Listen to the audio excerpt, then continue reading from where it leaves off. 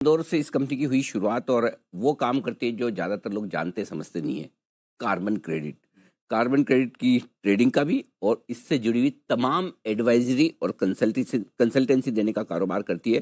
पिछली बार हमने कंपनी के टॉप मैनेजमेंट से मुलाकात की थी। मनीष डबकारा साहब जो कि सीएमडी भी हैं, सीईओ भी हैं, बड़े यंग एंटरप्रेन्योर हैं और उन्होंने जो स्टूडियो में आए थे और अपने बिजनेस को बहुत अच्छे से समझाया। काफ़ी लोगों ने पसंद किया था कि बहुत ही ज़बरदस्त आप नई तरह की कंपनी, समझ में आया था हाँ, नए तरह के बिजनेस समझ में आए, नई तरह की कंपनी लेकर आए। तो आज फिर से हमारी दूसरी मुलाकात होने जा रही है मनीष जी से। सर बहुत बहुत स्वागत है, धन्यवाद सर समय देने के लिए।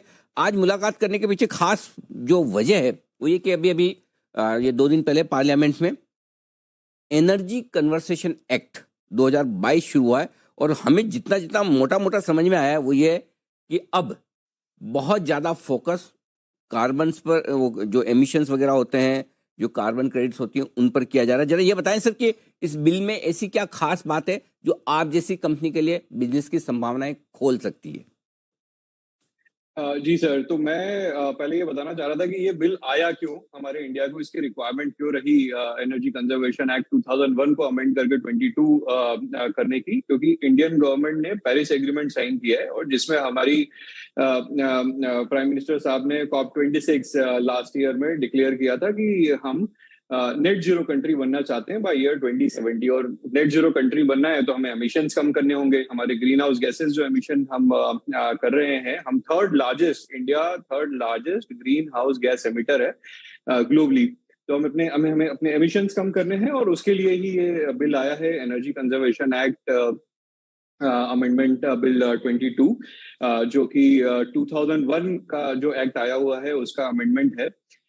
इसकी जो खास बात है सर ये है कि पहला कि इंडस्ट्रीज के लिए non fossil fuel energy use करना कंपलसरी होने वाला है, जिसमें biomass, green hydrogen, green ammonia, ethanol, ये सारे जो हमारे ग्रीन फ्यूल्स हैं ये हमें फैक्ट्रीज में यूज करना, मैन्युफैक्चरिंग सेटअप्स में यूज करना कंपलसरी होने वाला है। अलग अलग स्टेट के अलग अलग रेगुलेशंस रहने वाले हैं।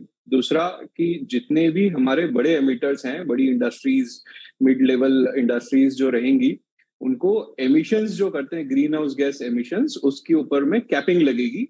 तो आप x amount tons of CO2 से ज्यादा आप एमिट करेंगे तो आपको फिर कार्बन क्रेडिट खरीदना बेचना पड़ेगा।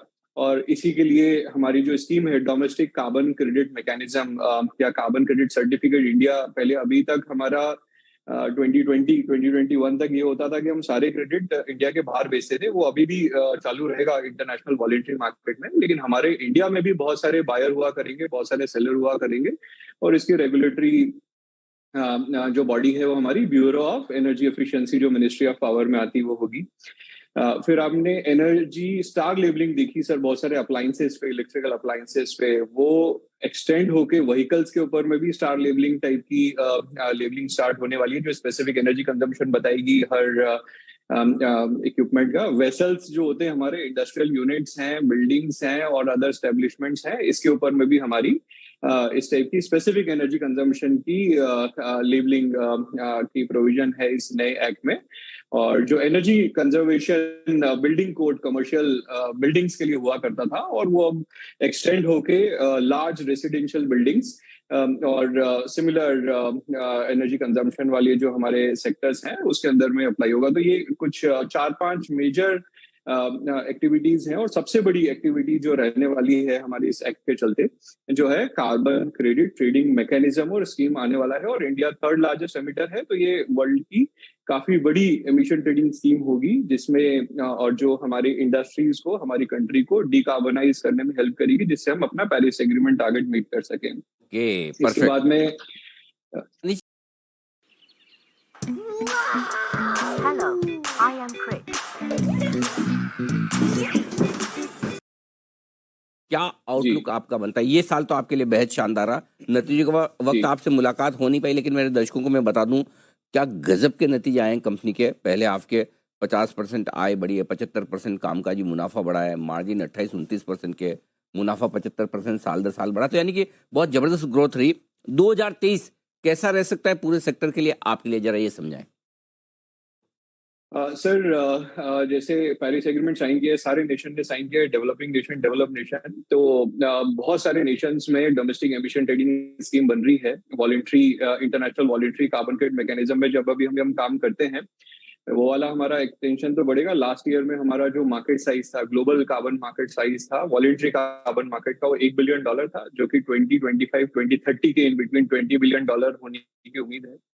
और ये पूरी जो पेरिस एग्रीमेंट के चलते जो international carbon credit mechanism domestic या इंटरनेशनल जो होने वाला है कॉम्प्लायंसेस के चलते, तो ये $500 बिलियन का अप टू 2050 का एमिशन मतलब फोकास्ट है ब्लूमबर्ग का। तो काफी बड़ी अपॉर्चुनिटीज है हमारी जैसी कंपनी के लिए, क्योंकि अभी तक हम सिर्फ international voluntary carbon market mechanism में काम करते थे, अब हमें मौका मिलेगा डोमेस्टिक एमिशन ट्रेडिंग स्कीम्स में काम करने का, इंटरनेशनल पेरिस एग्रीमेंट आर्टिकल 6 जो है उसमें काम करने का। तो डेफिनेटली हमारा नेक्स्ट 3-4 साल जो ग्रोथ रहेगी वो काफी सब्सटेंशियल रहने वाली है, क्योंकि हम वॉलेंट्री के साथ साथ कॉम्प्लायंस मार्केट में भी काम कर सकेंगे।